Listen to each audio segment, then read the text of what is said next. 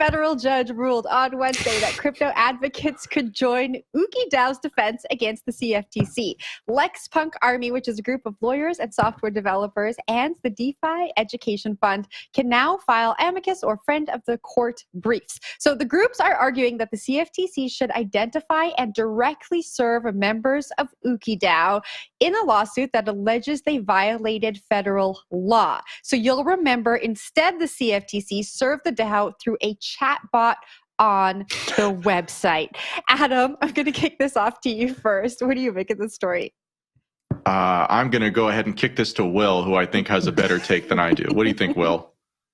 I don't know if I have a better take, but I'm just going to tell you guys that this is the only story that's keeping me going these days. Everything else is so depressing, but this is just utterly hilarious. I think I was gone the day that we first talked about this on the Hash, but imagine being served in a Discord channel. Like, have you seen the things that have gone on inside a Discord channel? Like, it is just disgusting. There's things you don't ever want to see inside a Discord channel. And there's, of course, plus some valuable information about price action, tokens, when token minting, when price go up, dev help. Like, that stuff is going on. In the middle of it, the CFTC is like, here you guys go. Here's a little law action coming at you. So anytime I see this story, I'm just super happy that we get this narrative right now during a bear market. That's my only insights. Zach, kick it to you. I'll take it. So DeFi Education Fund, I believe, was funded through Uniswap governance initially, and is sort of an emerging force in speaking up for the issues that are relevant to DeFi degens everywhere. So note that they're going to be involved here. I think they're kind of a rising star in the regulatory scene. So I'm keeping my eye on that one. But it's just like similar to what we've seen with, Coinbase or big time venture capitalists in the space, sort of upping their efforts on the regulatory and lobbying side.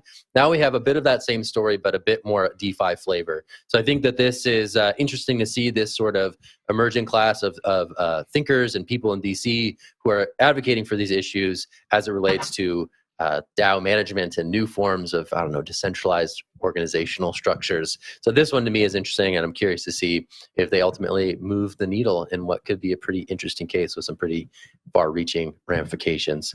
Jen, tossing it to you. Last word on this one. What do you think? I want to know how the moderators responded to the CFTC in the Discord channel when they served this. I think it will be really interesting to see how the judge responds to these briefs when they're filed, because who would have thought that this is going to happen? I hope it doesn't continue to happen. I also wonder what kind of course can be taken to start to try and identify some of these DAO members. I think it's going to be really interesting times ahead.